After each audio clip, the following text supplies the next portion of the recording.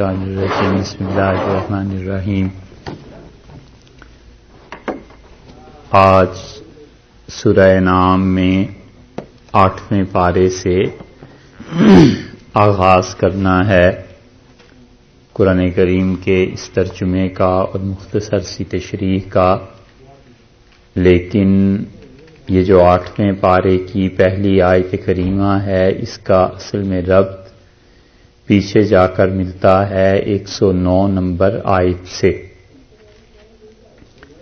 اور 109 نمبر آیت میں اللہ تعالیٰ نے یہ بیان کیا تھا کہ یہ جو مشرکین مکہ تھے انہوں نے رسول اللہ صلی اللہ علیہ وسلم سے مطالبہ کیا کہ یہ کوہ صفا جو ہے اگر آپ اسے سونے کا بنا دیں تو ہم لوگ آپ پر ایمان لے آئیں گے، اور اللہ تعالیٰ نے اس کے رد میں ان کی اس فرمائش کو نہ پورا کرنے کے متعلق کی آیات نازل کی تھیں، اور اس 109 نمبر آیت میں یہ بات ارشاد فرمائی تھی کہ لَإِن جَاءَتْهُمْ آیَةٌ لَّيُؤْمِنُنَّ بِهَا، اور اگر ان کو ایک نشانی کوئی ایسی پہنچے تو اس کو مانے، یہ اس بات پر قسمیں کھاتے ہیں، تو آپ کہیے کہ یہ نشانیاں اور یہ معجزات اللہ کے قبضے میں ہیں، اور اللہ ہی چاہے تو انہیں بھیج سکتا ہے، مگر یہ ایسے ہو گئے ہیں کہ یہ کبھی بھی خدا کی بات کو نہیں مانیں گے۔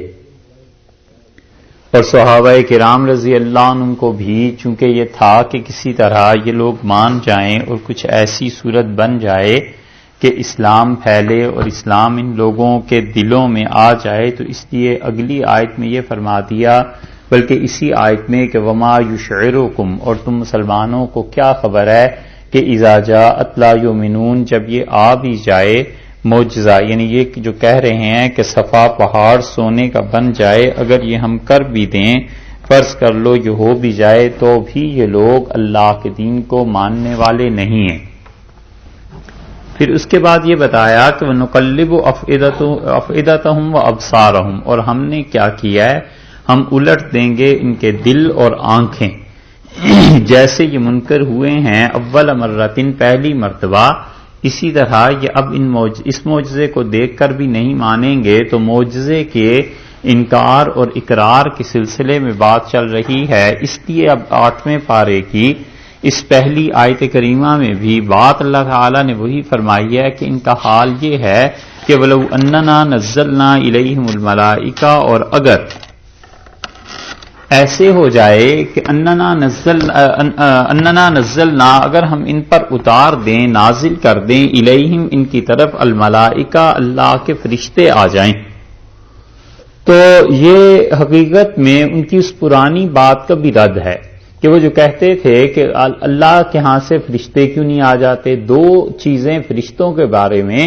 وہ بار بار کہتے تھے، ایک تو یہ کہ ہم جو آپ کو جھٹلاتے ہیں تو کیوں نہیں خدا کا کوئی فرشتہ آتا اور ہم پہ عذاب کیوں نہیں آتا، جس عذاب کا آپ کہتے ہیں لے آؤ اسے، ایک، اور دوسرے وہ کہتے تھے کہ فرشتے آ جائیں، یعنی فرشتے آ کر ہمیں بتائیں، اور یہاں پر فرشتے چلتے ہوتے، یہ کیسے ممکن ہے کہ ایک انسان بھی ہو اور اللہ کا رسول بھی ہو، یہ ہو نہیں سکتا۔ تو رسول اللہ صلی اللہ علیہ وسلم کے متعلق بھی یہی شبے چونکہ ان کو تھے، اللہ نے فرمایا وَلَوْ أَنَّنَا نَزَّلْنَا إِلَيْهِمُ الْمَلَائِكَةَ، اور اگر ہم ان پر اتار دیں فرشتے، جس کی انہیں بڑی جلدی ہے اور جس کا مطالبہ بار بار کر رہے ہیں، وَكَلَّمَهُمْ، اور ان سے کلام کریں، الْمَوْتَى، مردے، یعنی کوئی ایسا ہم کلام انہیں سکھا دیں جسے پڑھ کر مردے زندہ ہو جائیں اور ان سے وہ بات کرنے لگیں، وَحَشَرْنَا، اور ہم جمع کر دیں، علیہم، ان کے لیے، کیا چیز، کُلَّ شَیْءٍ،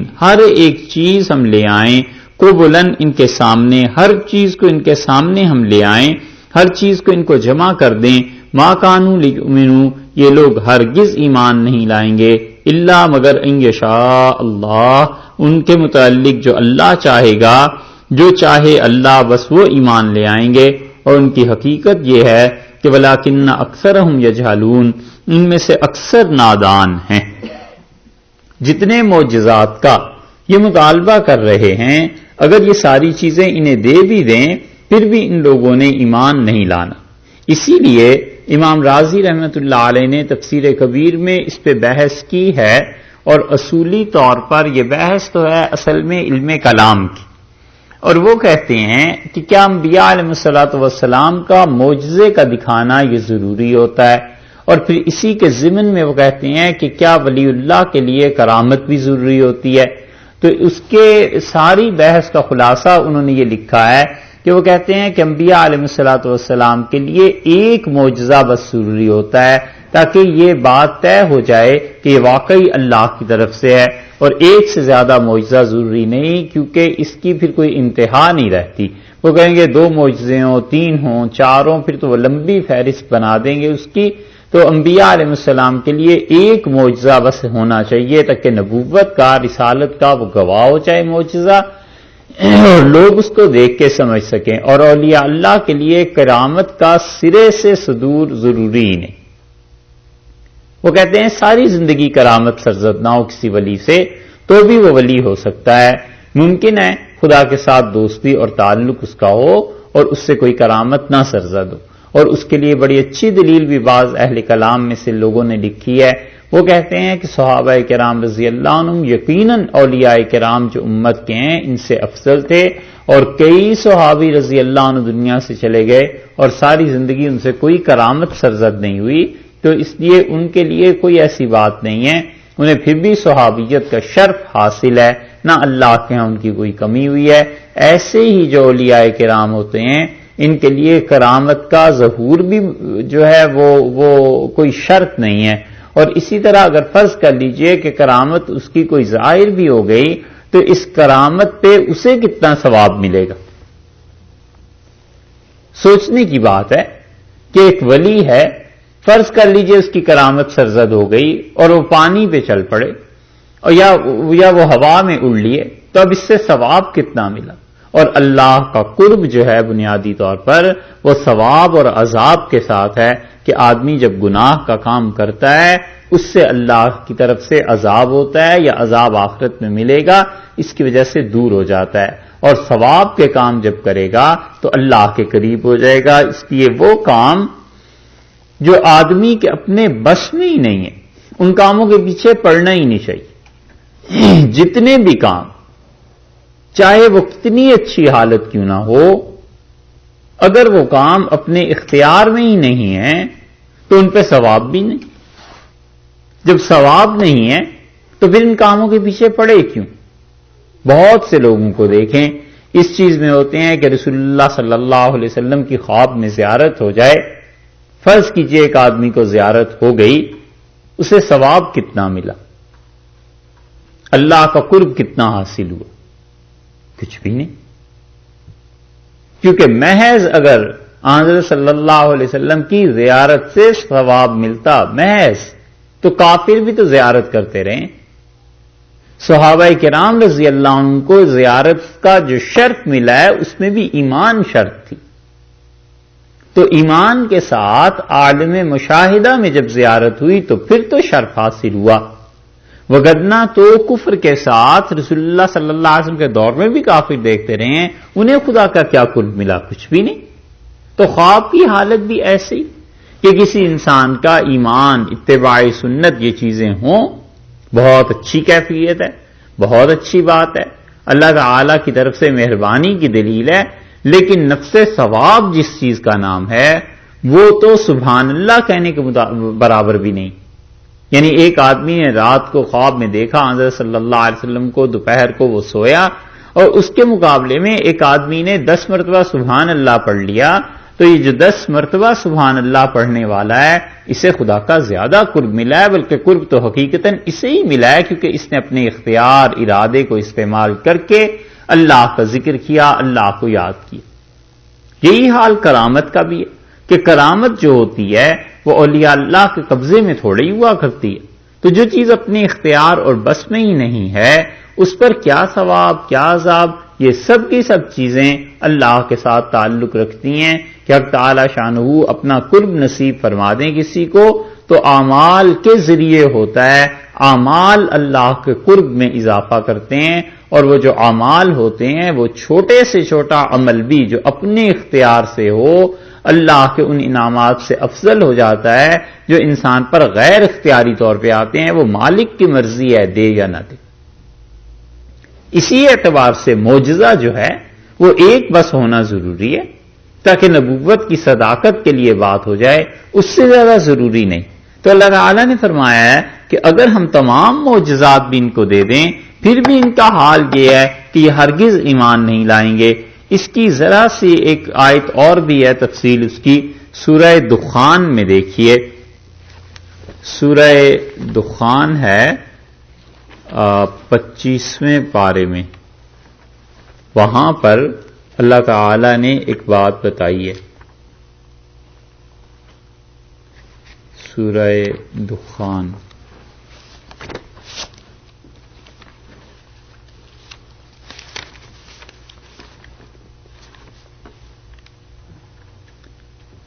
پچیس نمبر ہے سورت کا.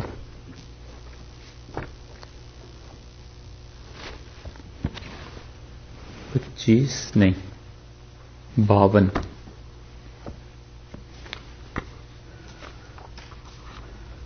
نہیں سر 52 بھی نہیں ہے. ملی ہے جی 47 44 اچھا جی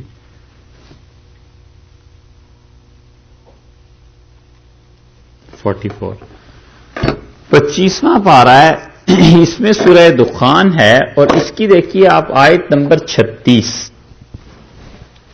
اس میں بھی اللہ تعالی نے انہی کا جواب دیا. یہ مکی صورتیں جو ہیں نا اس میں ہوتا یہ ہے کہ کئی مرتبہ اصل سوال کسی اور صورت میں، جواب کسی اور صورت میں، کیونکہ رسول اللہ صلی اللہ علیہ وسلم مکہ مکرمہ کے دور میں جو صورتیں نازل ہوتی رہی ہیں کفار آئے دن نئی نئی باتیں کرتے تھے، شرارتیں کرتے تھے، تو اللہ تعالیٰ حسب موقع ان کا جواب نازل فرماتے رہتے تھے اور اللہ تعالیٰ بتاتے رہتے تھے کہ اس چیز کو فلاں صورت میں رکھ دیں، اس کو فلاں صورت میں رکھ دیں. اس لیے یہاں پر آیت نمبر 36 میں ان کا ذکر کیا گیا ہے. اللہ تعالیٰ نے فرمایا ہے کہ اہم خیرن، یہ لوگ اچھے ہیں، ام قوم تبع، یا تبع کی قوم اچھی ہے، والذین من قبلہم، جو ان سے پہلے تھے وہ لوگ اچھے ہیں، یا یہ اہل مکہ اچھے ہیں. اہلکناہم، ہم نے ان کو کھپا دیا، مار دیا. انہم کانوا مجرمین، اور وہ ایسے لوگ تھے جو گناہ گار تھے. اس قوم تبع کے حالات میں اس سے بھی پہلے اگر آپ دیکھیں تو اللہ تعالی نے پھر یہاں سے یہ اوپر رکوع شروع ہو رہا ہے، وہاں سے بنی اسرائیل کا ذکر کیا ہے اور ارشاد فرمایا ہے کہ ہم نے بنی اسرائیل کو ذلت کا جو عذاب اور مار تھی اس سے نجات دی. من فرعون سے، انہو کان عالیا، فرعون بہت بڑا بن رہا تھا، چڑھ رہا تھا زمین میں. من المسرفین، حد سے بڑھ گیا تھا. وَلَقَدْ اخْتَرْنَاهُمْ عَلَىٰ عِلْمٍ عَلَى الْعَالَمِينَ، اور ان کو، یہ جو بنی اسرائیل والے ہیں، ہم نے جان بوجھ کر پسند کیا تھا، ہم نے اپنے علم کے مطابق جہان بھر کے لوگوں سے. وَآتَيْنَاهُمْ مِنَ الْآيَاتِ، اور ہم نے ان کو نشانیاں دی. مَا فِيهِ بَلَاءٌ مُبِينٌ، ایسی جن میں خدا کی صاف صاف مدد بنی اسرائیل کے ساتھ آئی تھی. إِنَّ هَٰؤُلَاءِ لَيَقُولُونَ، یہ جو اب لوگ ہیں یہ کہتے ہیں، مکہ والے کیا کہتے ہیں؟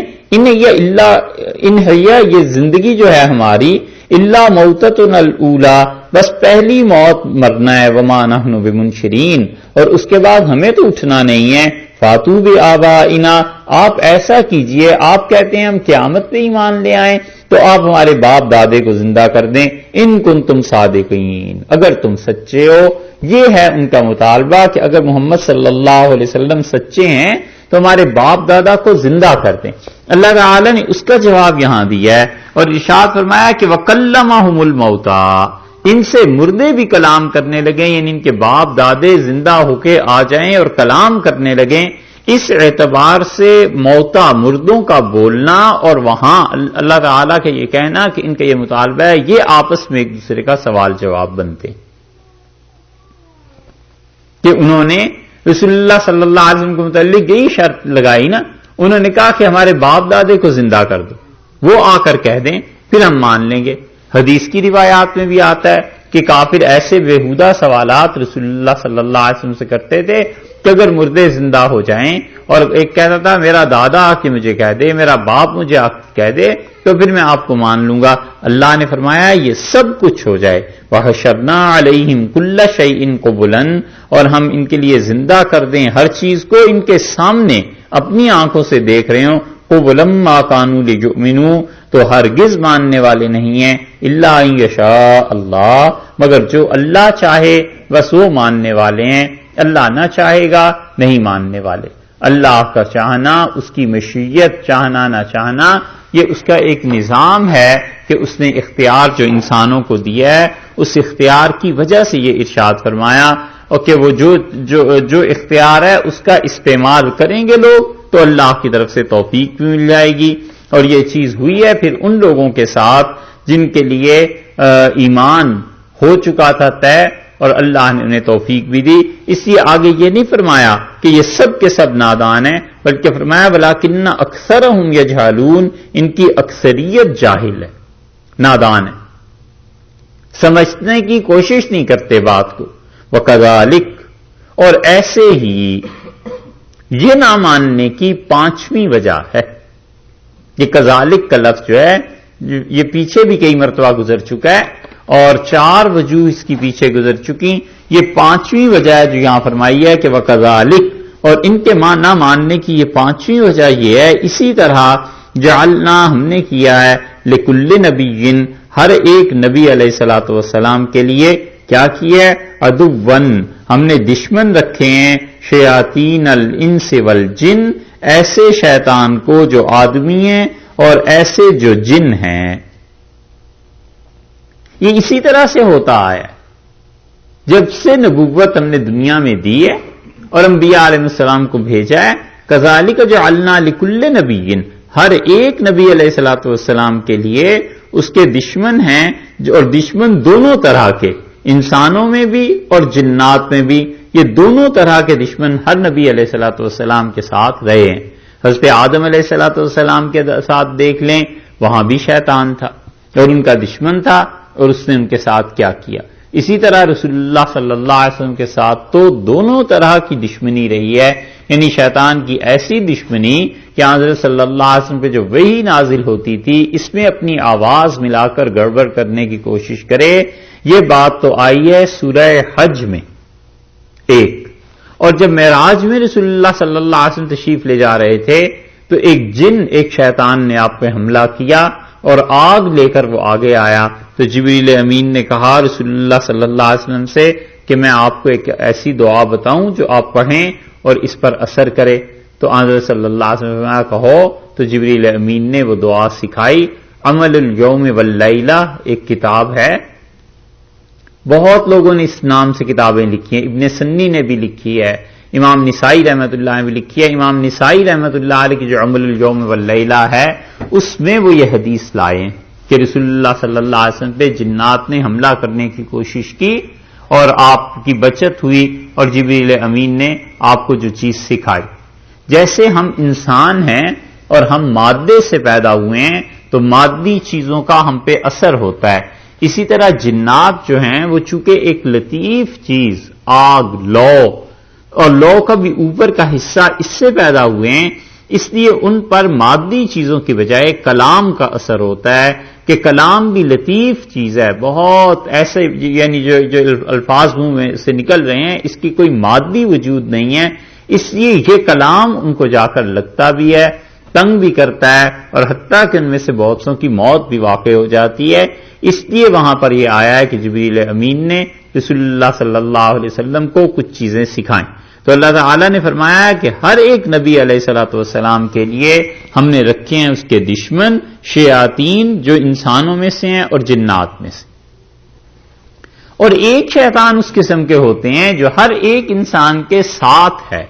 حدیث میں آیا ہے کہ ہر آدمی کے ساتھ ایک شیطان ہے اور ایک جن ہے، اور ایک شیطان ہے اور ایک فرشتہ ہے، اور جو شیطان اور جن ہے جو وہ اسے برائی کا حکم دیتا ہے، اور جو فرشتہ ہے وہ اسے اچھائی دکھاتا ہے۔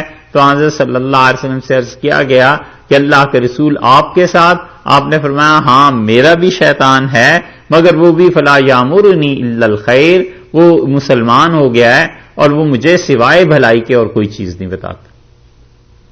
اس نے اللہ کو تسلیم کر لیا ہے اور اس لیے وہ مجھے سوائے اچھائی کے اور کوئی چیز نہیں بتاتا. مسلم کی روایت میں حضرت صلی اللہ علیہ وسلم کے اس قسم کے الفاظ آئے ہیں. ارشاد یوں فرمایا ہے.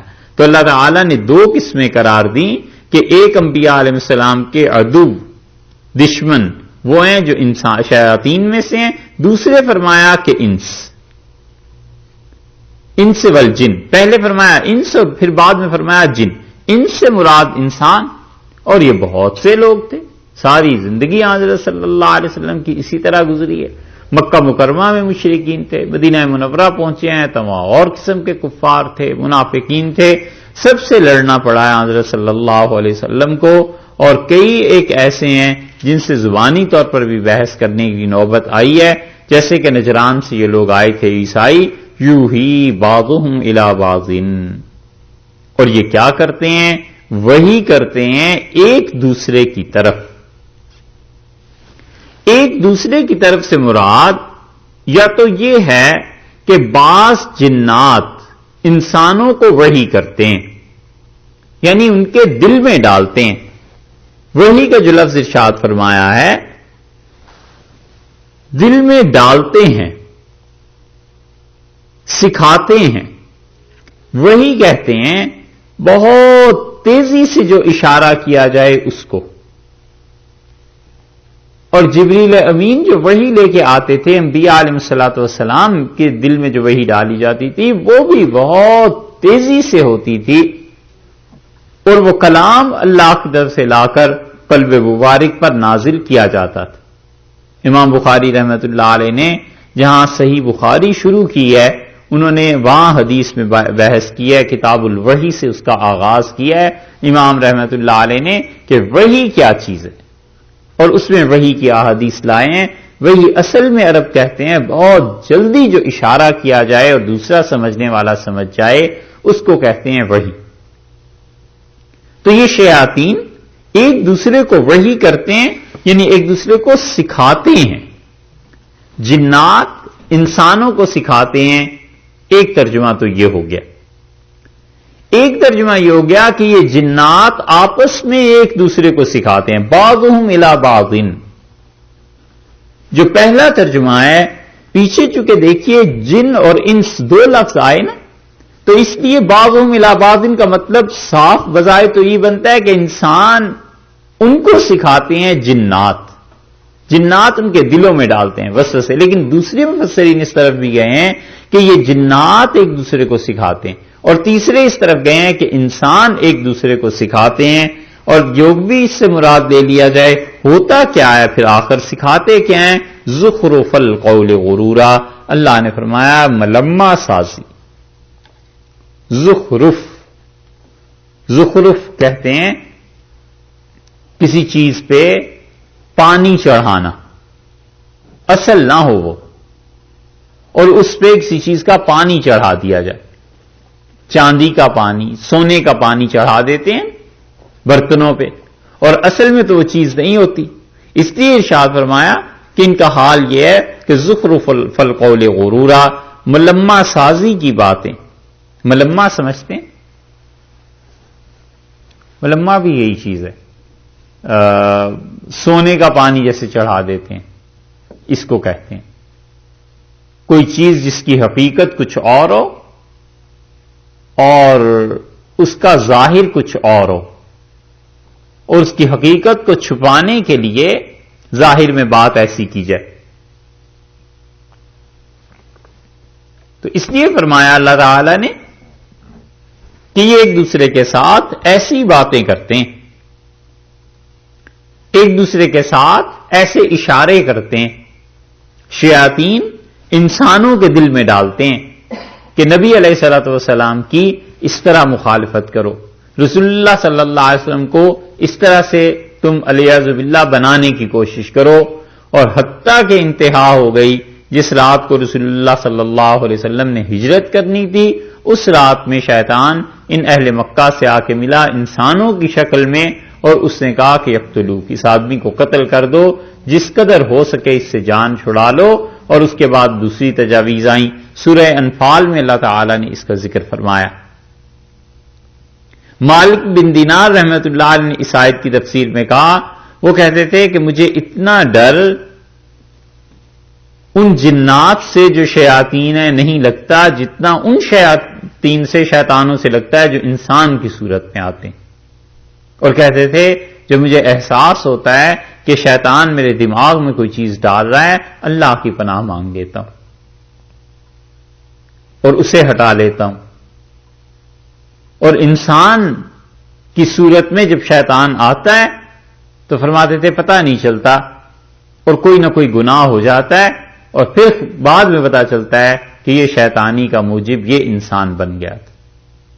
دونوں طرح کے ہوتے ہیں اور دونوں شیطان جو انسانوں میں سے ہو یا جنوں میں سے، کوشش سب کی یہی ہے کہ زخرف القول غرورا، ملمہ سازی کی باتیں کریں، ایسی باتیں کریں جن کی کوئی اصل نہیں. وَلَوْ شَاءَ رَبُّكَ، اور اگر تیرا پروردگار چاہتا یعنی جبر کر لیتا، مَا فَعَلُوا، تو یہ انسان اور جنات کوئی بھی یہ کام نہ کرتا.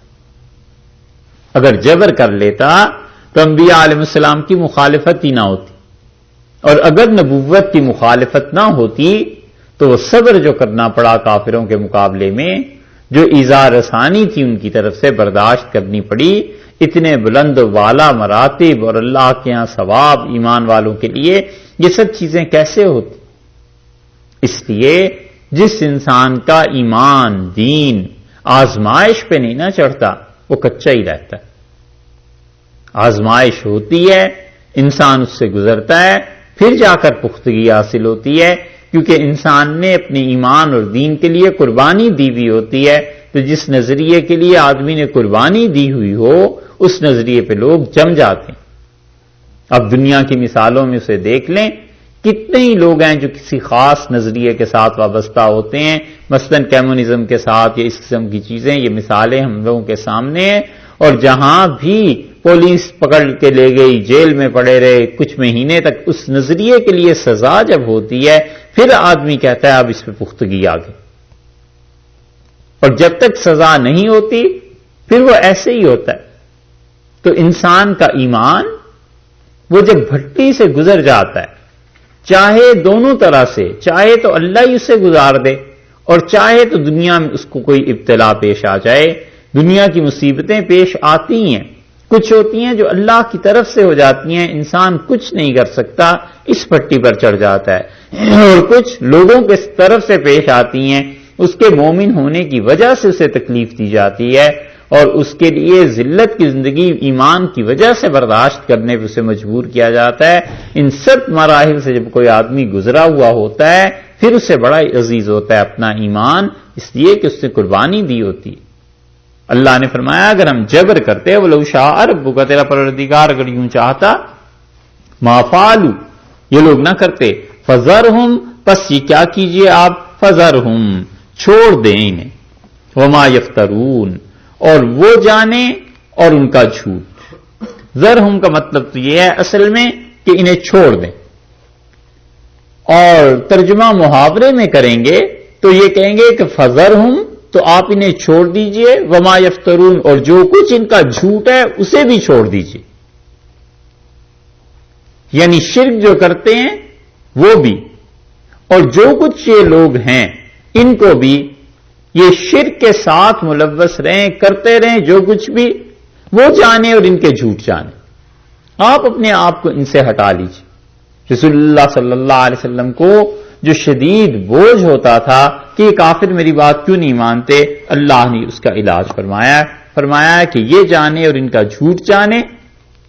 وَلَوْ شَاءَ رَبُّكَ، اور اگر تیرا رب چاہتا، مَا فَعَلُوهُ، تو یہ کام نہ کرتے. یہ جو مخالفتیں ہو رہی ہیں اور قتل کے منصوبے بن رہے ہیں یہ کچھ بھی نہ کرتے. فَذَرْهُمْ، سو چھوڑ دے، وَمَا يَفْتَرُونَ، وہ جانے اور جو کچھ وہ جھوٹ اللہ کے متعلق بولتے ہیں وہ جانے جھوٹ ان کا. یہ مراد نہیں ہے کہ رسول اللہ صلی اللہ علیہ وسلم علیہ باللہ کوئی شرک یا ایسے کام کرتے تھے کہ اللہ نے کہا اس کو چھوڑ دے. مطلب یہ ہے کہ جیسے ہم اردو میں محاورے میں بولتے ہیں، ہم کہتے ہیں یہ جانے اس کے کام جانے، تم اپنے آپ کو بچا کے رکھو. بس ایسے فرمایا کہ جو کچھ بھی یہ کرتے ہیں یہ ان کے افعال ہیں، آپ ان سے الگ ہو جائیے اور انہیں چھوڑ دیجئے اور اللہ ان کے ساتھ معاملہ کر لے گا. وَلِتَصْغَىٰ إِلَيْهِ، یہ جو لام ہے نا عاقبت کا یعنی انجام کار کیا ہوگا؟ وَلِتَصْغَىٰ إِلَيْهِ، تاکہ ہوگا اب یہ اس کے نتیجے میں کہ یہ جھکیں گے. تصغیٰ کسی چیز کا جھکانا، یہ جھکیں گے. صاغہ کہتے ہیں کسی برتن کو اس طرح سے جھکانا کہ پانی یا جو بھی چیز اس میں ایک طرف کو جمع ہو جائے. مثلا بلی نے پانی پینا ہے تو حدیث میں بھی آیا ہے کہ رسول اللہ صلی اللہ علیہ وسلم نے اس برتن کو اٹھا کر جھکا دیا تاکہ پانی ایک سائڈ پہ سارا آ جائے اور وہ بلی اچھی طرح پانی پی لے. وَلِتَصْغَىٰ، اور یہ جھکیں گے الیہ، اس کی طرف. کیا چیز؟ افئدہ، ان کے دل. یہ جو الیہ ہے نا کہ اس کی طرف، اس سے مراد یہ زخرف القول ہے، ملمہ سازی کی باتیں، جھوٹ فریب جو ہے اس کی طرف ان کے دل جھکیں گے. الذین، ان لوگوں کے کون ہیں؟ لا یؤمنون بالآخرہ، جو کہ آخرت پر یقین نہیں رکھتے، ان کے دل اس کی طرف جھکیں. یہ ہوگا وَلِيَرْضَوْا، اور اس کے ساتھ کیا ہوگا؟ یہ اس کو پسند کریں گے. دوسرے درجے میں وَلِيَقْتَرِفُوا مَا هُمْ مُقْتَرِفُونَ، اور اس کے بعد کیا کریں؟ اقتراف. اقتراف کا مطلب غلط کام. ما ہم مقترفون، جو کچھ کہ یہ غلط کام کر رہے ہیں، ان غلط کاموں کو یہ کرتے رہیں گے. 3 درجے اللہ نے گمراہی کے بیان فرما دیے. اللہ تعالیٰ نے کہا پہلی بات تو یہ ہے کہ ان کے دل اس کی طرف جھک جائیں گے، یہ کفر کی طرف میلان ہے. اور اصل میں جو کافر کہتے تھے کہ مسلمانوں پر وہ اعتراض کرتے تھے بہت سی چیزوں میں، ان میں ایک ذبیحے پر بھی اعتراض تھا، اور یہ مردار کھاتے تھے سارے مکہ والے. قرآن پاک نے کئی مرتبہ اس کا تذکرہ کیا ہے. اور دلیل کیا دیتے تھے؟ کہتے تھے کہ دیکھو جو چیز تم خود اپنے ہاتھ سے مار دو اسے تم کہتے ہو حلال ہے، اور جس چیز کو اللہ مار دے وہ کیسے حرام ہو گئی؟ وہ تو اور زیادہ حلال ہونی چاہیے. اور نتیجہ اس کا منطقی طور پر یہ نکالتے تھے کہ تم لوگ جو کچھ کرتے ہو یہ غلط. اور کوئی بحث کرتا تو کہتے تھے اچھا یہ بتاؤ پھر خدا نے موت دیا یا کس نے دی؟ اللہ نے موت دی نا، اللہ نے مارا، تو جب اللہ کا مارا ہوا ہے وہ نہیں کھاتے اور اپنا مارا ہوا کھا لیتے. یہ ایسے مقدمہ بناتے تھے. اللہ نے فرمایا انہیں چھوڑ دیجئے، یہ ان کی حرکتیں، ان کے دل مائل ہو جائیں گے. لا یؤمنون بالآخرہ، جو آخرت پر ایمان نہیں رکھتے. تو فریب کی باتیں، یہ ملمہ سازیاں شیطان انہیں سکھاتے ہیں، اور انسانوں کو شبہ ڈالنے کو کہ انسانوں کی عقل یہ شبہ میں پڑی رہے. اور اللہ تعالی نے اپنا حکم صاف سمجھا دیا کہ دیکھو جو ذبح ہے وہ حلال ہے، اور جو بغیر اس کے مر گیا ہے وہ مردار ہے. اور اللہ نے ذبح میں برکت رکھی ہے، مردار جانور میں یہ چیز نہیں. پہلی بات تو یہ کہی کہ میلان نفس ہو جائے گا ان کا زخرف القول، ایسے جملے کی طرف جو ملمہ سازی کا نتیجہ ہے. اور یہ لوگ کون ہیں؟ لا یؤمنون بالآخرہ، آخرت پر ایمان نہیں رکھتے. اور دوسری بات یہ کہی کہ وَلِيَرْضَوْا، تاکہ یہ اس کو پسند کر لیں. اور تیسرا درجہ یہ ہے کہ وَلِيَقْتَرِفُوا مَا هُمْ مُقْتَرِفُونَ، اور اس کے بعد جو غلط کام کر رہے ہیں کیے جائیں اس کو. یہ تینوں درجے ہیں گمراہی کے. اور جب بھی کوئی آدمی گمراہی اور گناہ کی طرف چلتا ہے، پہلی چیز اس کا نفس اسے سکھاتا ہے کہ اس طرف کو جھکو، اس کا میلان ہوتا ہے. کفر ایک دم سے نہیں آ جاتا، گمراہی ایک دم سے نہیں آ جاتی. پہلے دل میں ان کافروں کے عادات اطوار، ان کا رہن سہن، معاشرت، اور ان کی اسلام کے خلاف جو حرکتیں ہیں، ان کا شرک، یہ سب چیزیں اس کے دل میں آہستہ آہستہ آتی ہے. بات شیطان ڈالتا ہے کہ کتنی اچھی چیز ہے، اور پھر اس کے بعد شیطان انسان کو بتاتا ہے کہ تم اس بات پر خوشی کا بھی اظہار کرو، اپنی پسند کا بھی اظہار کرو. اور وہ خدا کی نافرمانی پر اپنی پسندیدگی کا اظہار کرتا ہے. یا خدا کی نافرمانی پہ ناراض نہیں ہوتا. اللہ کی نافرمانی پہ ناراض نہ ہونا یہ خود ایمان کی کمی کی دلیل ہے. اتنی تو ناراضگی ہونی چاہیے کہ انسان کا دل راضی نہ ہو. کم سے کم اتنا تو ہو. اسی لیے لفظ یہ ارشاد فرمایا کہ وَلْيَرْضَوْا، اور یہ تا اپنی پسندیدگی کا مظاہرہ کریں. حدیث میں آیا ہے رسول اللہ صلی اللہ علیہ وسلم فرمایا ایک بستی کو الٹنے کا حکم ہوا اور فرشتوں نے عرض کیا کہ اللہ فیہا عبدک، اس بستی قریے میں آپ کا ایک ایسا بندہ رہتا ہے لم یعص طرفۃ عین، جس نے اتنی بھی خدایا تیری نافرمانی نہیں کی جتنی دیر میں پلک جھپکی جائے. تو اللہ تعالی نے فرمایا اس کو بھی، اور ارشاد فرمایا کہ میری نافرمانی اس کے سامنے ہوتی رہی اور اس کی پیشانی پہ شکن تک نہیں آئی.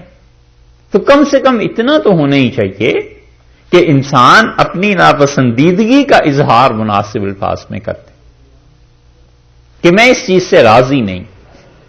تیسری چیز، اس کے بعد عملاً انسان اس گناہ کا ارتکاب کر لیتا ہے. اس لیے فرمایا کہ وَلْيَقْتَرِفُوا مَا هُمْ مُقْتَرِفُونَ، اور اس کے بعد جو ہے عملاً معاصی کی طرف انسان چل پڑتے ہیں، عمل میں غلط کام آ جاتے ہیں. بس انہیں چھوڑ دے، یہ جو اپنے تئیں دلائل دے رہے ہیں عقل کا استعمال کر کر کے حلال اور حرام کی کوئی تمیز نہیں رکھتے اور اٹھا رہے ہیں، ان کافروں کو اس میں رہنے دیجئے، اللہ جانے گا اور یہ جان لیں گے جب خدا کے حضور میں پہنچیں گے. افغیر اللہ، کیا اللہ تعالی کو چھوڑ کر اب سوائے اللہ کے ابتغی، میں چاہوں حکمن، منصف کروں کسی اور کو، اللہ کو چھوڑ دوں اور کسی اور کو میں اپنا منصف بنا لوں، کسی اور کے پاس اپنے فیصلے لے جاؤں. یہ رسول اللہ صلی اللہ علیہ وسلم پہ آیت نازل ہوئی جب کفار مکہ مصالحت کی بہت سی تجویزیں لا رہے تھے کہ آپ ہمارے ساتھ یہ چیز طے کر لیں، یہ کر لیں، یہ کر لیں، یہاں تک کہ انہوں نے کہا تم اس بات کا دعویٰ رکھتے ہو کہ تم پہ وحی آتی ہے اور اللہ تعالی نے نبوت دی ہے، رسالت دی ہے، اور ایک اور قوم بھی یہی کہتی ہے، یہودی. تو ایسا کرتے ہیں ہم اور تم مل کے یہودیوں کے پاس چلتے ہیں اور یہودی اس بات کو طے کر دیں کہ واقعی تمہاری نبوت ہے یا نہیں ہے. اللہ تعالیٰ نے اس پہ یہ آیت نازل کی اور اللہ نے فرمایا اچھا ان سے کہیے افغیر اللہ ابتغی حکمن، کیا اللہ کے سوا میں کسی اور کو منصف بنا لوں، اللہ کو چھوڑ دوں جس نے مجھ پہ یہ چیزیں نازل کی ہیں، اور میں اپنی نبوت کا فیصلہ کسی اور سے کرانے لگ جاؤں والعیاذ باللہ. وَهُوَ الَّذِي، اور وہ اللہ کی ذات ہے، انزل، جس نے نازل کیا ہے، الیکم، آپ پر، الکتاب، اس قرآن کو. اللہ تعالی نے یہاں پر 8 صفات بیان کی ہیں قرآن کی، اور سب سے پہلی بات یہ کہی ہے کہ وَهُوَ الَّذِي، اللہ کی ذات ہے جس نے اس کو نازل کیا ہے. تو مطلب یہ ہوا کہ یہ لوگ کہتے ہیں کہ ہم فیصلہ کروا لیں، حکم بنا لیں یہودی کو، اور اللہ نے یہ کتاب نازل کی ہے. تو مطلب کیا نکلا کہ ہم اس کتاب کو حکم کیوں نہ بنائیں، ہم اس کتاب کی کیوں نہ بات مانیں. تم جس یہودی کا ذکر کرتے ہو کہ ان کو خدا نے کتاب دی ہے، خود خدا نے مجھے کتاب نہیں دی، اور اللہ نے ایسی کتاب دی ہے کہ انزل. سب سے پہلی بات یہ کہی ہے اللہ تعالی نے کہ اللہ نے نازل فرمایا ہے. اس کتاب کی خصوصیات میں سے ہے کہ انزل، خدا نے نازل کیا ہے، اس میں کوئی تحریف نہیں ہوئی، کوئی تبدیلی نہیں ہوئی. انجیل جو صرف روایات کا مجموعہ ہے، اور خود اہل انجیل بھی یہ کہتے ہیں کہ یہ وہ انجیل نہیں ہے جو اللہ تعالی نے اس پہ عیسیٰ علیہ الصلوۃ والسلام پہ نازل کی تھی، بلکہ ان کے بعد مرتب ہوئی ہے. یہ کتاب تو ایسی چیز نہیں، اسے یقیناً اللہ ہی نے نازل کیا ہے. اور دوسری بات یہ کہ الیکم، آپ کی طرف نازل کیا. میری زندگی تمہارے سامنے ہے ساری، تم نے مجھے کبھی جھوٹ بولتے ہوئے دیکھا ہے، تم نے مجھے کبھی دھوکہ دیتے ہوئے دیکھا ہے. تو جو انسانوں کے بارے میں اتنا محتاط ہو کہ جھوٹ نہ بولتا ہو، دھوکہ نہ دیتا ہو، اور 40 سال تم میں امین اور صادق ہونے کی حیثیت سے رہا ہو، کیا 40 سال کے بعد یک بیک اللہ پر جھوٹ باندھنے بیٹھ جائے گا؟ سوچو تو صحیح تم کیا کہتے۔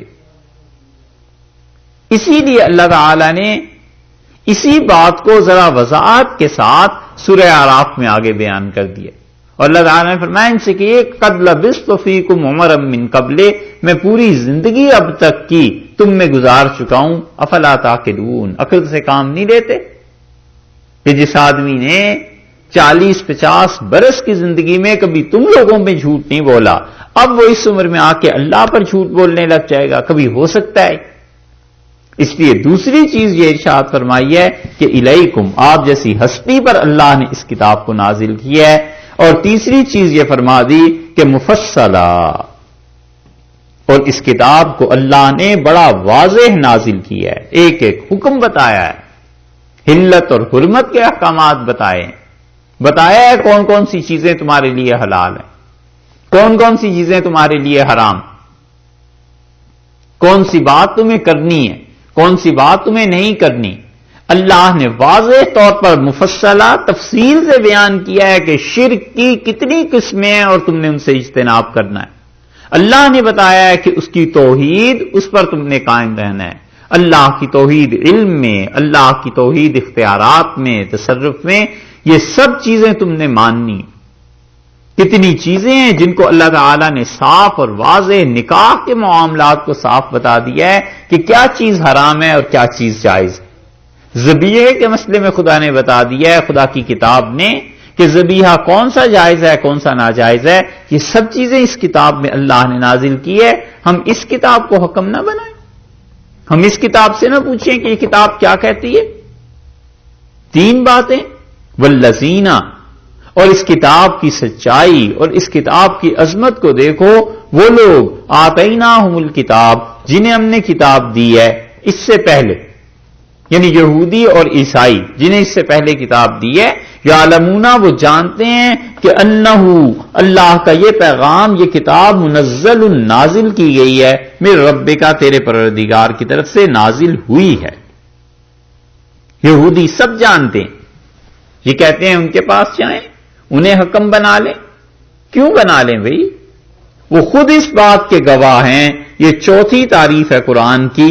اللہ نے کہا ہے کہ جنہیں ہم نے کتاب اس سے پہلے دی تھی وہ سب جانتے ہیں کہ انہو منزل من ربک بالحق، تیرے پروردگار کے پاس سے نازل ہوئی ہے، اور کتاب بھی ایسی ہے کہ بالکل سچائی پر مبنی ہے، بالحق، حق کے ساتھ پروردگار کے پاس سے آئی ہے۔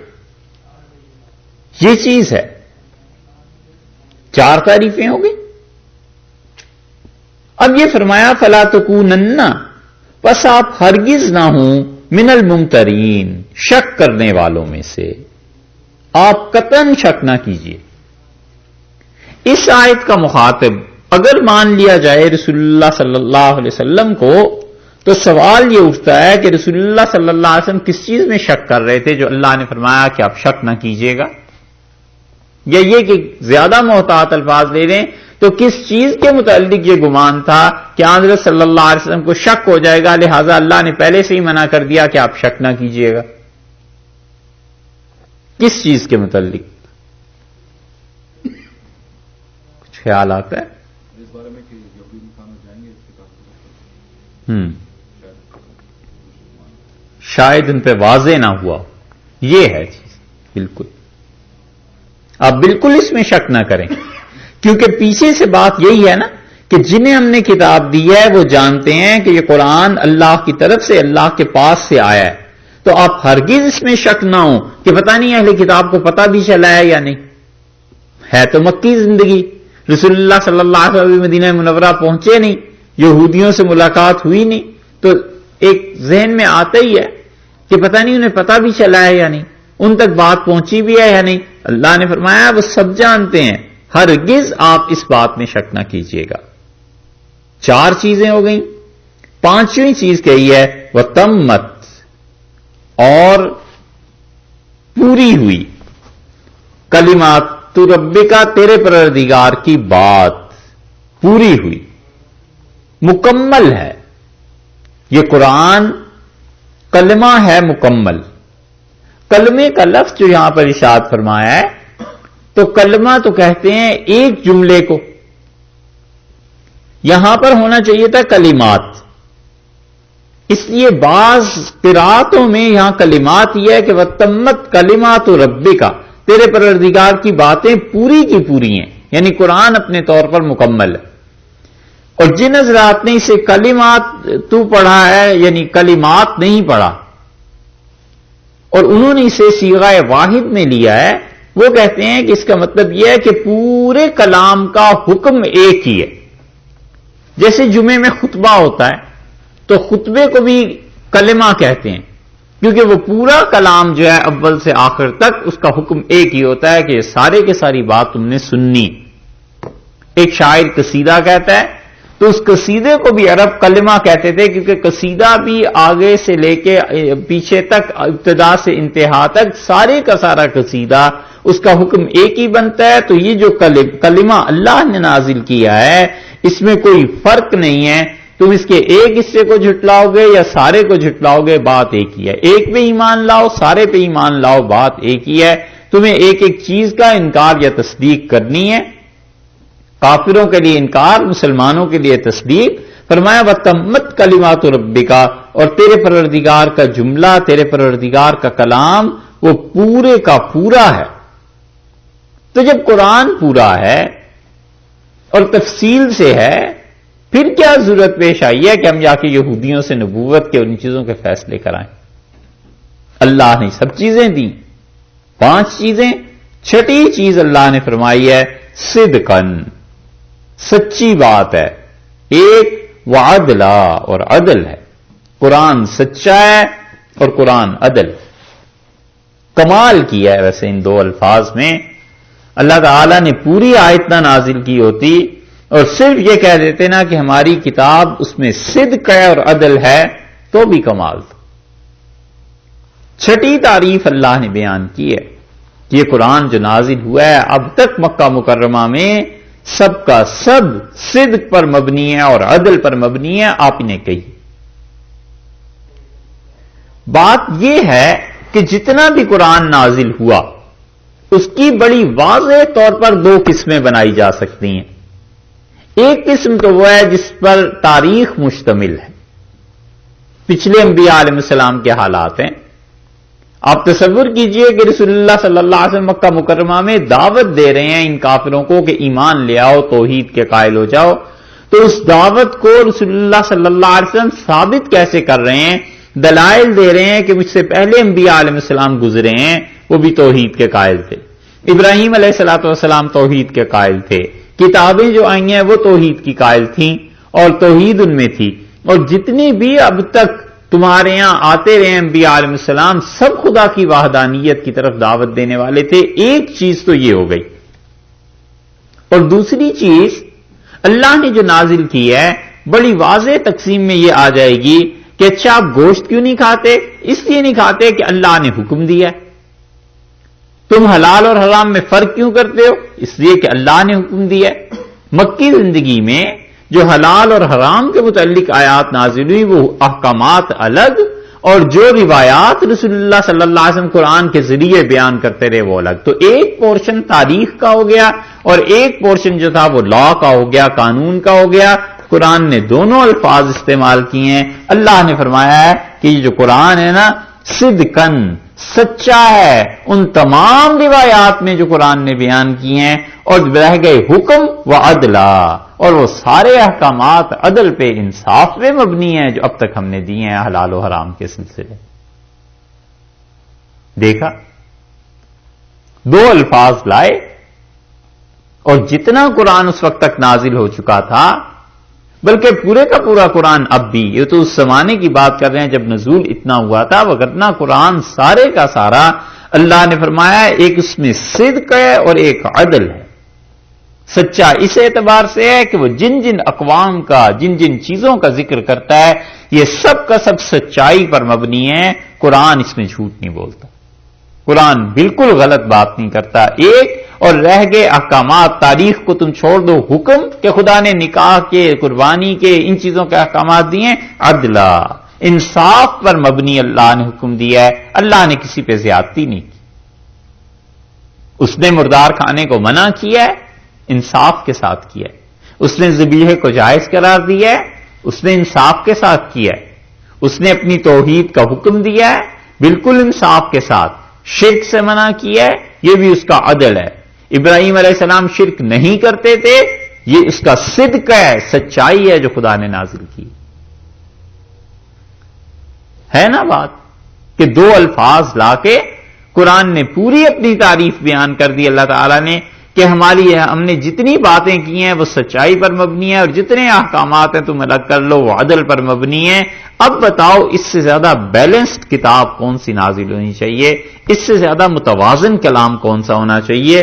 7 تعریفیں اور 8ویں فرمائی ہے کہ لا مبدلہ، اور کوئی بدلنے والا نہیں ہے لکلمات ہی، اللہ کے اس کلام کو. سوال ہی پیدا نہیں ہوتا کہ خدا کے اس کلام کو کوئی بدل جائے. اس کی حفاظت اس نے اپنے ذمے لے لی ہے. قطعاً اس کلام کو بدلنے کا کوئی سوال پیدا نہیں ہوتا. ایسا زبردست کلام ہے کہ اللہ اس کا محافظ. یہ عرب بیٹھتے تھے منا کے دنوں میں حج میں، اور سارا سال یہ قصیدے جو لکھتے تھے وہاں آ کر پڑھ کے سناتے تھے.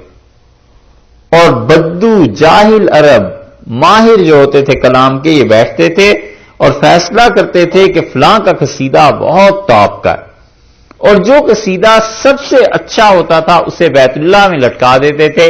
اور بیت اللہ میں لٹکانے کا مطلب یہ تھا کہ اس قصیدے کا جواب آئندہ لکھ کے لاؤ. یہ اس سال گویا پہلا ایوارڈ اسے ملا ہے کہ بیت اللہ میں اس قصیدے کو لکھ کے لگا دیتے تھے. اور عرب ہر سال کرتے تھے. ایسے قصیدے بھی لگائے گئے جن کا 2 سال عرب جواب نہیں دے سکے، بتا نہیں سکے، سمجھا نہیں سکے کہ آخر یہ کلام ہے کیا چیز.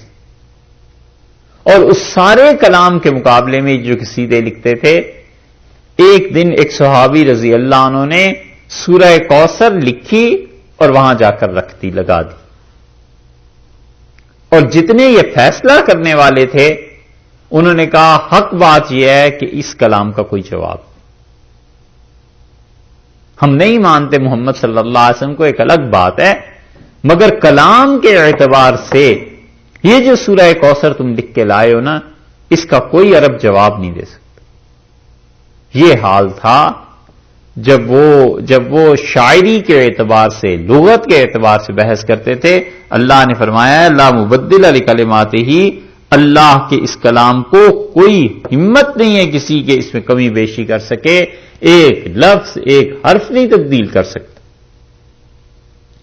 دوسری تفسیر اس کی یہ کی گئی ہے کہ لا مبدل لکلماتہ، جو شبہات اس پر منکرین وارد کر رہے ہیں، کفار مکہ ہمارے کلام پہ جو شبہات لا رہے ہیں، ان شبہات سے قرآن تبدیل نہیں ہو سکتا. جو کچھ مرضی کہتے رہے، تبدیل تو جب ہو جب ان کے شبے کا جواب پہلے سے نہ آیا ہو. ایک آدمی عبارت لکھتا ہے، بڑے سے بڑا آدمی عبارت لکھتا ہے، 2-4 پڑھتے ہیں تو کہتے ہیں جناب اس میں اس لفظ کا اضافہ کر دیں، اس فقرے میں ذرا سی یہ کمی محسوس ہوتی ہے، آپ اس فقرے کو ایسے کر دیں. معتدل مزاج کا آدمی مان بھی جاتا ہے کہ چلو اس فقرے کو ایسے نہیں ایسے لکھ لیتے ہیں. اللہ نے کہا ہے جتنے مرضی تم اس پر اعتراض کر لو، لا مبدل لکلماتہ، اس قرآن کے الفاظ تبدیل نہیں ہو سکتے. قطعی اور یقینی ہے اس ذات نے نازل کیا ہے، وہو السمیع، جو اپنے بندوں کو کے ساری باتیں سنتی ہے، العلیم، اور وہی اللہ کی ذات ہے جو علم والی ہے. علم جس کا کامل ہے، سماعت جس کی کامل ہے، کیا کلام اس کا ناقص ہو جائے گا؟ عقل کی بات نہیں کرتے، کیسے ناقص کلام نازل کر سکتا ہے؟ 8 چیزیں یہاں پر قرآن پاک کی تفسیر میں، قرآن پاک کی تعریف میں اللہ نے بیان کر دی. آپ پھر اسے دیکھ لیں. سب سے پہلے بتایا کہ ہم نے نازل کیا ہے.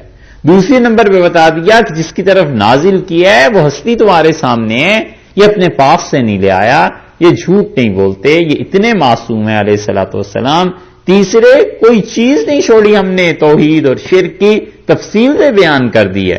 چوتھے تم کہتے ہو یہودیوں سے فیصلہ ہم جا کر کرائیں، تو یہودی خود جانتے ہیں کہ یہ اللہ ہی نے نازل کیا ہے. اور اے نبی صلی اللہ علیہ وسلم اگر آپ کو اس میں شبہ ہو کہ پتہ نہیں یہودیوں کو معلوم ہوا ہے یا نہیں، بالکل شک نہ کیجئے، انہیں سب کچھ پتہ چل گیا ہے. تمت کلمت ربک، اور پھر اس کے ساتھ ساتھ پانچویں بات یہ ہے کہ تمہارے پروردگار نے پورا کلام نازل کیا ہے، یہ صدقم وعدلا، اور یہ کلام سچا بھی ہے. چھٹی بات، جتنی روایات ہیں اس کی سب سچ ہے. وعدلا، اور قرآن نے جو کچھ کہا ہے یہ سب عدل پر مبنی ہے، اس کے سارے احکامات انصاف پر مبنی. آرکیالوجی میں جتنا کام ہوا ہے اس میں اب تک مسلمان پیچھے ہیں. جو انصاف کی بات ہے وہ یہی ہے کہ قرآن کی جو تاریخ ہے نا، قرآن جتنے مقامات بیان کرتا ہے کہ قوم عاد نے یہ کیا، سمود نے یہ کیا، حضرت لوط علیہ السلام کی قوم، فلاں علاقہ، فلاں جگہ، شعیب علیہ السلام کی بستی، مدین کی فلاں فلاں، یہ اب تک مسلمان نہیں لکھ سکے. مفسرین پرانے تھے، انہوں نے لکھے ہیں، اپنی طرف سے کوشش انہوں نے کی، لیکن اب جب سے یہ کھدائیاں شروع ہوئی ہیں دنیا میں، ایسی ایسی حیرت انگیز چیزیں سامنے آ رہی ہیں کہ اب نکھر رہی ہے بات، اور پتہ چلتا ہے کہ قرآن نے جو کہا ہے وہ بالکل سچ ہے. اور کئی جگہ پر مفسرین نے جو اندازے لگائے تھے وہ غلط نکلے، قرآن کی بات سچی نکلی. اور مسلمانوں نے ابھی تک اس پہ کوئی سنجیدگی سے ایسی محنت نہیں کی. اسی لیے بائبل کے ہسٹوریکل جو پلیسز ہیں انہوں نے جب نکالی ہیں تو قرآن کو انہوں نے کہا کہ قرآن ایسی باتیں کرتا ہے جو حقیقت میں پائی ہی نہیں جاتی. قرآن ان جہانوں کی خبر دیتا ہے جو پائی ہی نہیں جاتی. قرآن ان قوموں کا ذکر کرتا ہے جو ہیں ہی. تو بہت اس پر انہوں نے قرآن میں معائب علیہ باللہ نکالنے کی کوشش کی، اور یہاں تک انہوں نے لکھا کہ قرآن جس زمانے میں نازل ہوا تھا اس زمانے کے عربوں سے وہ عرب جو گزر گئے تھے وہ 1000 گنا اچھے تھے. یہ طنز انہوں نے کی صحابہ کرام رضی اللہ عنہ پہ اور رسول اللہ صلی اللہ علیہ وسلم پہ. انہوں نے کہا یہ جو قرآن کے نزول کے وقت عرب تھے ان سے تو 1000 گنا وہ اچھے تھے جو پہلے گزر گئے. اور ایک جرمن مستشرق ہے، اس نے اپنوں نے ہی اپنوں کا جواب دے دیا. اس نے کہا بات حدود کے دائرے میں رہ کے کرنی چاہیے. اگر وہ مشرکین جو گزر چکے تھے ان سے اچھے ہوتے اور یہ ان سے بدتر ہوتے تو یہ نکاح کے احکامات کبھی اس کتاب میں نہ آتے. سکا قرآن نے جو نکاح ہی کا حکم بیان کیا ہے نا، یہ خود اس بات کی دلیل ہے کہ ان لوگوں میں انسانوں کی عزت، حرمت، خواتین، ان چیزوں کا کتنا پاس تھا، جبکہ جاہلیت کے زمانے میں ہمیں یہ چیزیں نہیں ملتی. اسی لیے ان میں جو اعتدال پسند لوگ ہیں انہوں نے جب اس ہسٹری پہ بحث کی تو وہ کہتے ہیں قرآن نے اس کے بارے میں کیا کہا ہے، تو بہت سے لوگوں بے اختیار انہوں نے لکھا ہے. وہ کہتے ہیں حقیقت یہ ہے کہ بائبل سے زیادہ قرآن کی بات کی تصدیق کی جانی چاہیے کہ قرآن نے ان چیزوں کو بیان کیا. قوم عاد کے متعلق انشاءاللہ آپ سے عرض کریں گے، سورہ اعراف میں آگے چیزیں آ رہی ہیں. 26 مقامات پہ قرآن نے عاد ہی کا ذکر کیا ہے کہ عاد والے ایسے تھے ایسے تھے ایسے تھے. ایک جگہ اللہ تعالیٰ نے فرمایا اور پتھروں والی قوم. ہمارے قدیم مفسرین بیچارے ان کو ذہن میں یہی تھا کہ پتھروں والی یہی قوم ہے، انہوں نے اسے بھی عاد میں شمار کر دیا. اب جب جدید تحقیقات ہوئی تو مستشرقین نے، ان کافروں نے خود ہی لکھا، انہوں نے کہا کہ دنیا میں کوئی ثبوت نہیں ملتا اس بات کا کہ یہ قوم بھی پتھروں والی تھی اور قوم عاد بھی تھی، سوائے قرآن کے کہ قرآن نے ایک مقام پر اس کا ذکر کر دیا ہے. اور قرآن نے یہاں قوم عاد نہیں کہا، قرآن نے کہا ہے وہ قوم جو پتھروں والی تھی. پھر انہوں نے ان کے کتبوں سے، ان کے سکوں سے، ان کے اشعار سے، بہت چیزوں سے ثابت کیا ہے کہ قرآن جو کچھ کہتا ہے وہ سچ کہتا ہے. یہ اب بھی کام کرنے کا، اب بھی مسلمان اگر اس کام میں لگ جائیں اور وہ کتابیں جمع کریں جو پرانی تواریخ لکھی گئی ہیں اور ان چیزوں کو جو اب جدید ہسٹری میں آ گئی ہیں ان کو نکال کے ایک پورا انسائکلوپیڈیا مرتب کریں کہ قرآن نے کن کن تاریخی چیزوں کا ذکر کیا ہے اور یہ کہاں پائی جاتی ہیں، کوئی دنیا کی طاقت ان چیزوں کو رد نہیں کر سکتی۔ زیادہ سے زیادہ ہم یہی کہہ سکتے ہیں کہ اس چیز کا انکشاف ابھی تک نہیں ہوا اور دیکھو اب آئندہ سالوں میں کس وقت ہوتا ہے، مگر قرآن کی بات جتنی بھی ہے وہ سچ ثابت ہو رہی ہے۔ صدقاً اللہ نے فرمایا ہے ہماری کتاب بالکل سچی۔ یہ ہیں کام کرنے، اور مسلمانوں کو اس کی طرف توجہ نہیں۔ کتاب التیجان ایک کتاب ہے، خود مسلمان مورخین نے لکھی ہے اور عثمانیہ یونیورسٹی نے چھپائی تھی حیدرآباد والوں نے، اب وہ نہیں ملتی۔ ایک عرصے سے اس کی تلاش میں ہے کہ کہیں وہ کتاب ملے اور اس میں قرآن کی تاریخی مقامات پہ بحث۔ آگے سورہ اعراف میں چونکہ تاریخ کا ذکر ہے اس لیے انشاءاللہ وہاں کچھ تفصیل تاریخ کی بھی عرض کریں گے، مگر ایک ایک چیز اس معیار پہ پوری اترتی ہے جو اللہ نے کہا کہ ہماری کتاب سچی ہے، یہ سچائی ہے اس وہ عدلا، اور اللہ نے فرمایا عدل پر مبنی ہے، ہمارے جتنے احکامات ہم نے دیے ہیں یہ سب کے سب انصاف پر مبنی، اور اللہ کی کتاب ایسا انصاف کرتی ہے کہ جن معاشروں میں حقیقت میں یہ کتاب رائج رہی، نافذ العمل رہی، وہاں پر جرائم کی شرح کم ہوتی چلی گئی، اور اللہ نے اتنی برکتیں اس میں رکھی ہیں عدل میں کہ رسول اللہ صلی اللہ علیہ وسلم نے فرمایا کسی بستی کے لوگ 40 دن تک اللہ کی عبادت کرتے رہیں اور ایک صغیرہ گناہ بھی کسی سے سرزد نہ ہو پورے شہر میں، تو اللہ کی اتنی رحمتیں نازل نہیں ہوتی جتنا چور کا ایک ہاتھ کاٹ دینے سے نازل ہوتی، تاکہ انسان محفوظ رہیں، ڈسپلنڈ معاشرہ رہے۔ یہاں پر دونوں چیزیں کہی ہیں، 7ویں چیز عدل کے ساتھ، اور 8ویں چیز بتا دی ہے کہ قیامت تک خدا کی اس کتاب کو کوئی نہیں بدل سکتا، لا مبدل لکلماتہ، اور شکوک اور شبہات جو بھی اہل مکہ اس پہ ڈال رہے ہیں اس سے بھلا کتاب تھوڑی ہی تبدیل کی جا سکتی ہے، اور اللہ کی ذات تو ایسی ہے کہ وہ ہر چیز کو سننے والی ہے، اسے پتا تھا، وہ سن رہا ہے جو اعتراض کر رہے ہیں، العلیم، اور اسے پتا تھا کہ کیا کیا اعتراضات اس پہ ہو سکتے ہیں، خدا نے ان سب چیزوں کے جوابات بھی اسی میں رکھ دی۔ وَإِن تُطِعْ، اور اگر آپ پیروی کریں گے اکثر لوگوں کی، من فی الارض، جو دنیا میں ہیں، یضلوک، آپ کو ہٹا دیں گے، عن سبیل اللہ، اللہ کی راہ سے۔ دنیا میں اگر تم پیروی کرو گے اکثریت کی تو پھر تم لوگ گمراہ ہو جاؤ گے۔ یہ اللہ تعالی نے اس جمہوریت کا آپریشن کر دیا ہے، جہاں اکثریت جس طرف جائے بس اس کی بات کرنی ہے اور ان کو ماننا ہے۔ اللہ نے فرمایا ہے کہ دنیا میں انسان اکثر گمراہ ہیں، اور اگر اکثریت کی پیروی تم کرو گے تو تم گمراہ ہو جاؤ۔ یہ آیت کس کے لیے نازل ہوئی ہے؟ اگر تو حضور اقدس صلی اللہ علیہ وسلم کے لیے مان لیا جائے تو مکہ مکرمہ میں وہ تھے، اور صحابہ کرام رضی اللہ عنہ جو ہجرت کرنے والے تھے وہ تھے، باقی تو پورا مکہ مشرکین سے بھرا ہوا تھا۔ اللہ تعالی نے فرمایا خبردار یہ ذہن میں بھی نہ لائیے، اور دیکھیے ان کی پیروی اگر ہوئی تو یضلوک عن سبیل اللہ، یہ اللہ کی راہ سے آپ کو ہٹا دیں گے، بچلا دیں گے۔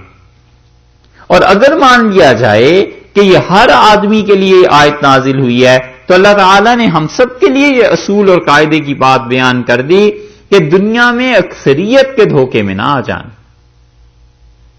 کیونکہ معاشرے کی اکثریت افراد کو پیدا نہیں کیا کرتی، معاشرے کی اکثریت اس معاشرے میں جو کچھ ہو رہا ہے اس کے نمائندے کو سامنے لے آتی ہے بس، اور دونوں باتوں میں فرق ہے۔ ایک تو یہ ہے کہ اکثریت مل کے کوئی اچھائی کو پیدا کر رہی ہو، بنا رہی ہو، برائی کو پیدا کر رہی ہو، بنا رہی ہو، یہ نہیں، بلکہ جو کچھ معاشرے میں ہے اکثریت مل کے یہ کہتی ہے کہ ہم سب ایسا نمائندہ، ایسا آدمی پسند کرتے ہیں۔ یہی چیز ہے یا کچھ اور ہے؟ یہی بات ہے۔ تو ایک اچھا آدمی جو سامنے آتا ہے تو مطلب یہ کہ سماج اچھا ہے، برا آدمی سامنے آتا ہے چور ڈاکو تو مطلب یہ کہ سماج سارا چاہتا ہے کہ چوری ڈاکہ رہے. اور جتنی سیاسی نظام ہمارے زمانے میں دیکھنے میں آئے ہیں، ایسے ناخدا ترس اور ایسے بے رحم سیاسی لیڈر مل گئے ہیں جو یہ نہیں کہتے کہ ملک میں مثلاً ہیروئنیں نہیں بکنی چاہیے، چوری نہیں ہونی چاہیے، رشوت نہیں ہونی چاہیے. وہ کہتے ہیں یہ سب رہے مگر اس کا حاکم اعلیٰ، اس کا مجسٹریٹ، تھانے دار وہ میں ہوں یا تم ہو. بحث اس پہ ہوتی ہے بس. تو معاشرہ جسے زیادہ بدمعاش اور خراب کردار کا سمجھتا ہے زیادہ ووٹ مل جاتے ہیں کہ اچھا بھائی تم آ جاؤ، تم زیادہ ہمارے حقوق اور مفادات کا تحفظ کر سکو. اسی لیے خود مسلمان معاشروں میں حال یہ ہو گیا ہے کہ اللہ کا فرض کر لو کوئی اچھا بندہ ہو، لوگ کہتے ہیں جی یہ صوفی ہے، اسے پتہ ہی نہیں چلنا کیا ہو رہا ہے، ہم تو اس کو دیں گے ووٹ جو ہمارے ساتھ تھانے میں جائے، کچہری میں جائے، مطلب جھوٹ بول سکے، جھوٹی گواہیاں دلوا سکے، اور ہم اور وہ سب مل جل کے آپس میں فراڈ کر سکیں، اس کو ووٹ دینے. اسی لیے حضور اکرم صلی اللہ علیہ وسلم نے حدیث میں بھی یہ بتایا. آپ نے فرمایا لوگ ردی اور بیکار ہوتے ہیں اکثر، اور ارشاد فرمایا کہ جیسے کوئی آدمی سواری ڈھونڈنے کے لیے نکلے تو آپ نے فرمایا تجد الناس کالابل، تو سواری میں ایسے ہی ہوتا ہے، پھر تم لوگوں کو اونٹوں کی طرح پاؤ گے، اور 100 اونٹوں میں 99 بیکار ہوتے ہیں اور ایک کوئی سواری کے قابل اونٹ ملتا ہے. اسی طرح لوگوں میں 99 بیکار تمہارے کام کے لیے کوئی ایک آدمی کام کا مل جائے گا. یہ ریشو رسول اللہ صلی اللہ علیہ وسلم اپنے زمانے میں فرمائی تھی. اب تو 1000 میں بھی شاید ایک آدمی کام کا ملتا ہو، یا 1,00,000 میں ایک آدمی کام کا ملتا ہو. شہروں کے شہر خالی ہو گئے ہیں اور کوئی آدمی ڈھنگ کی بات کرنے، سننے اور عمل کرنے والا نہیں ملتا. یہ اکثریت کا حال ہے. عبداللہ ابن مسعود رضی اللہ عنہ اپنے دور کے متعلق کہتے تھے کہ وہ لوگ دنیا سے چلے گئے جن میں زندگی بسر کی جا سکتی تھی، اور وہ فرماتے تھے مثال دیتے ہوئے کہ اب تو تم لوگ ایسے ہی رہ گئے ہو جیسے پانی کے گڑھے میں اوپر جو اچھا پانی ہے پینے والے اسے پی لیں اور نیچے گدلا سا پانی رہ جائے، بس تم لوگ اب ایسے ہی رہ گئے. اور ایک جگہ آیا کہ انہوں نے کہا بس ایسے لوگ رہ گئے ہیں جیسے گندم اور جو اور جوار، اس کا آٹا ہوتا ہے وہ تو نکال لیا جائے اور نیچے اس کے بھوسی رہ جاتی ہے، بس جو اس میں ناکارہ حصہ رہ جاتا ہے. فرمایا اب لوگ ایسے ہی رہ گئے. اور اس پہ ایک اور بات بھی ہے. ایک صحابی رضی اللہ عنہ سے کسی حکمران نے کہا، یہ اموی جو تھے نا، ان میں آخری جو دور گزرا ہے صحابہ کرام رضی اللہ عنہ سے شدید نفرت اور انہیں اذیتیں تکالیف برداشت کرنی پڑی. تو اس اموی نے کہا کہ تم لوگ صحابہ رضی اللہ عنہ کے متعلق کہا وہ اچھے لوگ تم میں چلے گئے اور اب تو تم میں بالکل چھان بورا رہ گیا. چھان بورا سمجھتے ہیں؟ عورتیں جب چھلنی میں چھانتی ہیں نا آٹے کو تو آخر پہ جو چیز رہتی ہے اسے چھان بورا کہتے ہیں.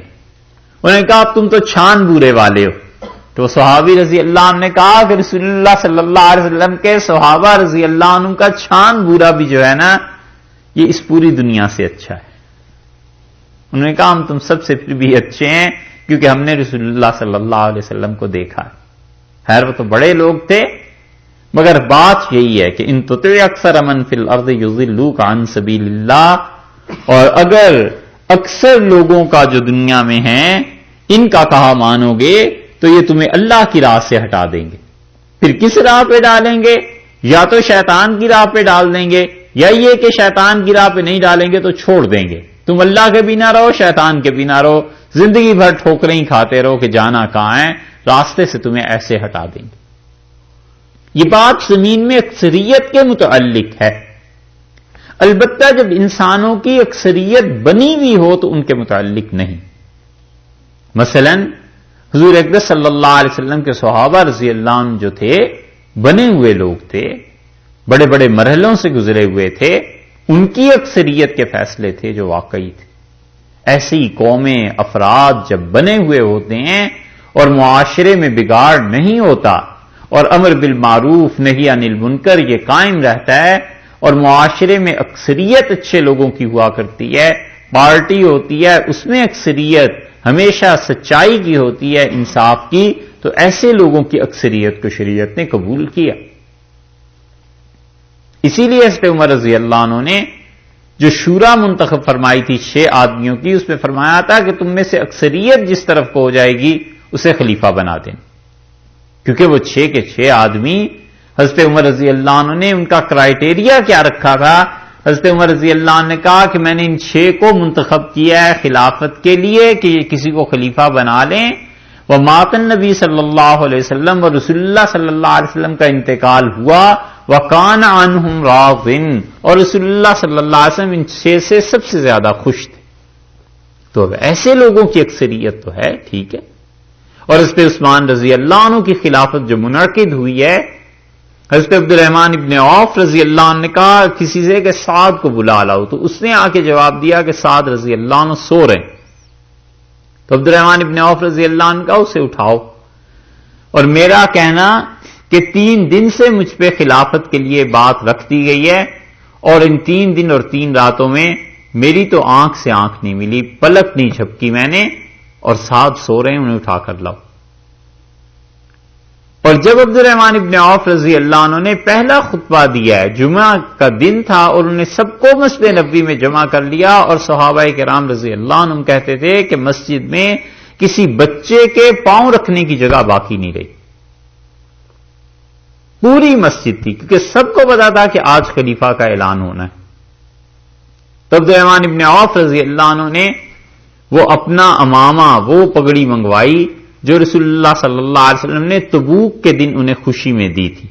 وہ سیاہ امامہ انہوں نے باندھا، اور انہوں نے کہا کہ لوگوں میں ایک آدمی کے پاس گیا ہوں مدینہ منورہ میں، اور میں نے خلیفہ کے متعلق رائے لی، اور یہاں تک کہ وہ لڑکیاں جو پردے میں رہتی ہیں ان سے بھی پوچھا، اور بچے جو مکتب میں پڑھتے ہیں چھوٹے بچے ان سے بھی میں نے جا کے پوچھا کہ تمہیں کون خلیفہ چاہیے.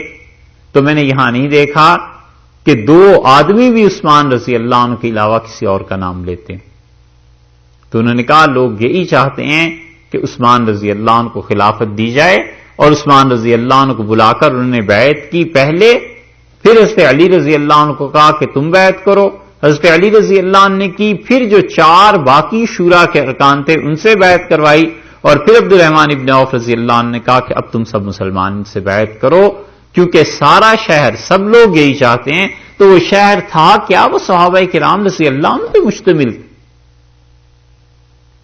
اس میں خود بدری صحابہ رضی اللہ عنہ کو آپ دیکھیں تو 100 سے زیادہ تو زندہ ہوں گے، کیونکہ عبد الرحمن ابن عوف رضی اللہ عنہ کا انتقال ہوا ہے 32 ہجری میں، اور خلافت منعقد ہوئی ہے حضرت عثمان رضی اللہ عنہ کی 23 ہجری کے آغاز میں، حضرت عمر رضی اللہ عنہ کی شہادت کے بعد. تو تقریباً 9 سال بعد حضرت عبد الرحمن ابن عوف رضی اللہ عنہ کا اپنا انتقال ہوا ہے. تو انہوں نے کہا کہ میری جائیداد اور سب چیزوں کا 1/3 حصہ صرف بدری صحابہ رضی اللہ عنہ میں تقسیم کیا جائے.